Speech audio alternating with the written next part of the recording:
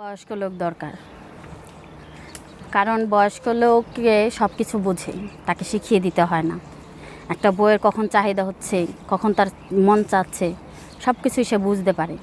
তার কতটুকু প্রয়োজন, তার কখন দিলে সে খুশি, এটা একমাত্র বয়স্ক লোকই বোঝে।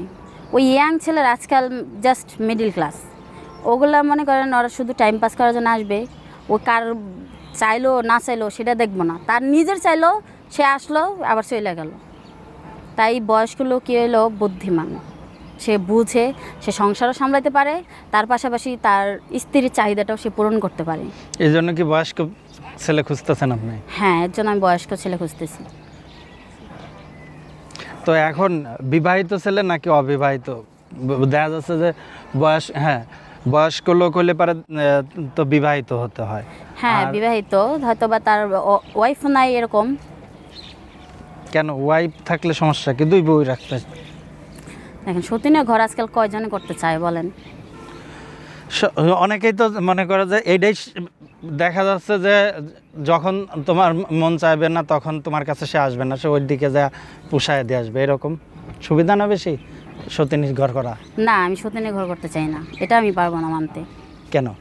না, কারণ আমি আমার স্বামীর ভাগ কাউকে দিতে চাই না। আচ্ছা, একটা মেয়ে তার স্বামীর ভাগ আর একজনটা দিতে চায় না কেন? উঠে যাচ্ছে এটা নাকি? কখনোই সম্ভব না। জিনিসটা সে উঠে সব যায়? কিছুর ভাগ দিতে চাইবে, কিন্তু তার স্বামীর ভাগ কখনোই দিতে পারবে না।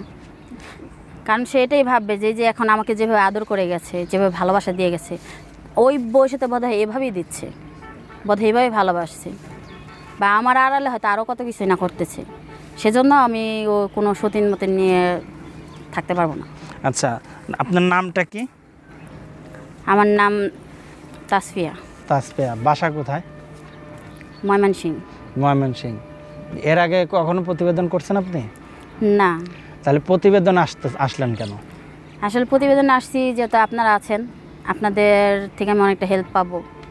আপনারা বুঝতে পারবেন কোন মানুষটা কীরকম হবে, সেটা যাচাই বাছাই করে ওরকম একজন মানুষ আপনারা আমার লাইফে এনে দিবেন, সেজন্য। আচ্ছা, তো এখন চলতে ফিরতে তো অনেক মানুষ আছে, দেখে শুনে বিয়ে করে ফেললেই তো পারেন। না, আমি ওই ধরনের ছেলে আমি বিয়ে করতে পারবো না, কারণ আমি যাকে বিয়ে করব তাকে জানতে চাই, বুঝতে চাই সে কেমন, তার চালচরণ কেমন, সব কিছু দেখে শুনে তারপরেই। আচ্ছা, আপনার দেশের বাড়ি? ময়মনসিংহ। কি কাজ করেন আপনি? আমি বর্তমানে কোনো কাজ করি না।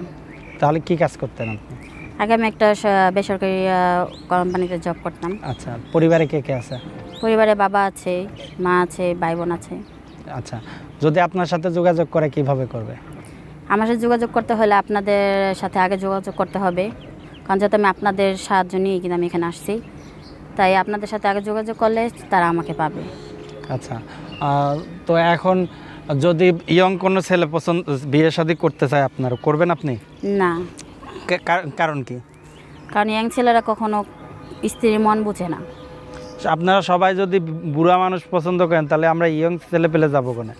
যাবেন, আরও কত মেয়ে আছে। তা আপনার মতো তো আর এক মেয়েরও সব ওই যে মানে ওই যে বুড়া কি যেন কয়দিন আগে ভাইরাল হয়েছিল, বুড়া বিয়ে করছে। সবাই তো আর আমার মতো না, তাই না?